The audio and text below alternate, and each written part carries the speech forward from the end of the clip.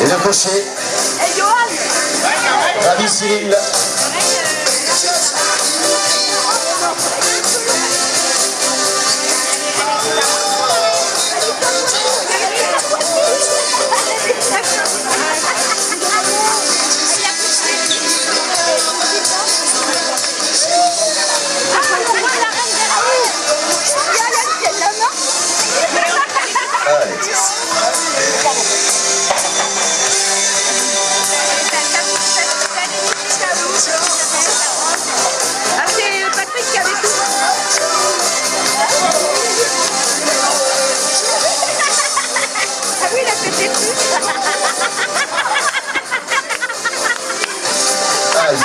Qu'est-ce qu'il me fait là, Rabbi Cyril, le cocher là?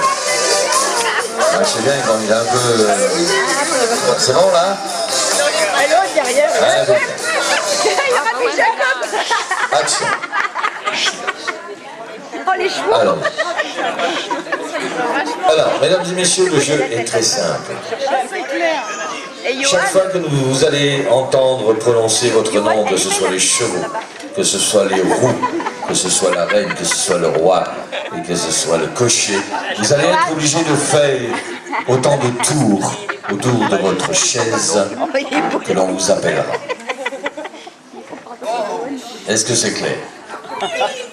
Rabbi Cyril, t'as tout compris? Tu parles au cocher, c'est des incendie de bon. C'est bon?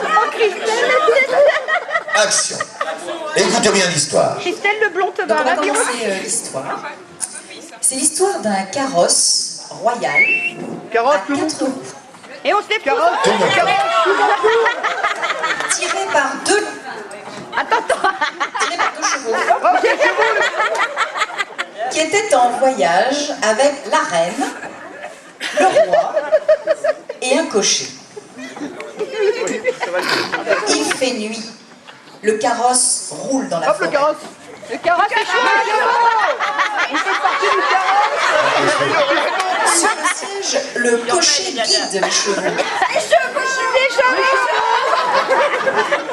Les roues du carrosse sont bien graissées. Carrosse.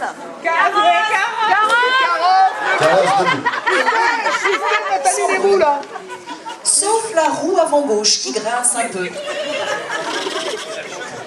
Tout à coup, un grand cri résonne dans la nuit. Arrêtez! Le cocher tire sur les rênes et stoppe les chevaux. Le roi demande: Cocher, cocher, cocher, que se passe-t-il?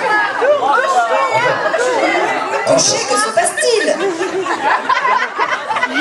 Des hommes surgissent des fourrés brandissant des lames, des fourches et des bâtons. Ce sont des bandits, mon roi, s'écrie le cocher. Ils attaquent le carrosse.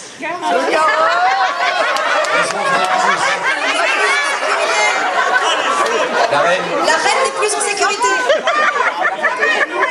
Alors, sans attendre l'avis du roi, le cocher se lève,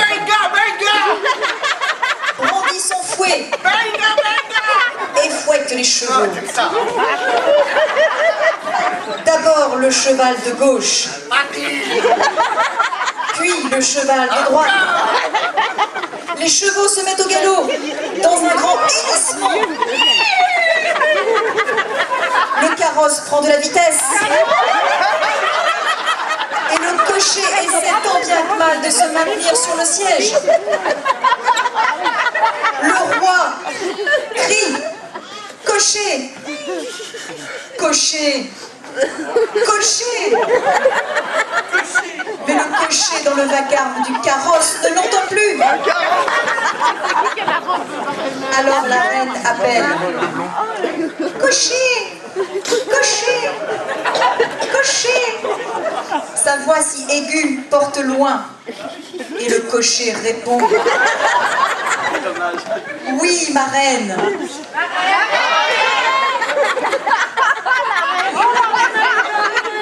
Roule plus lentement, cocher.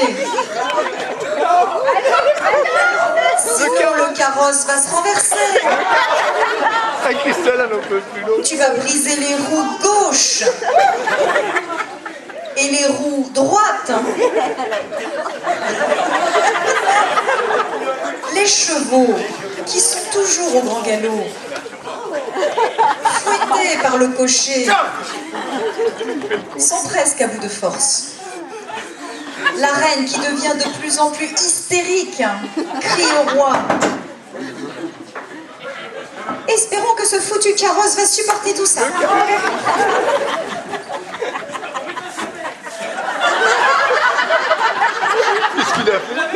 Le roi lui répond: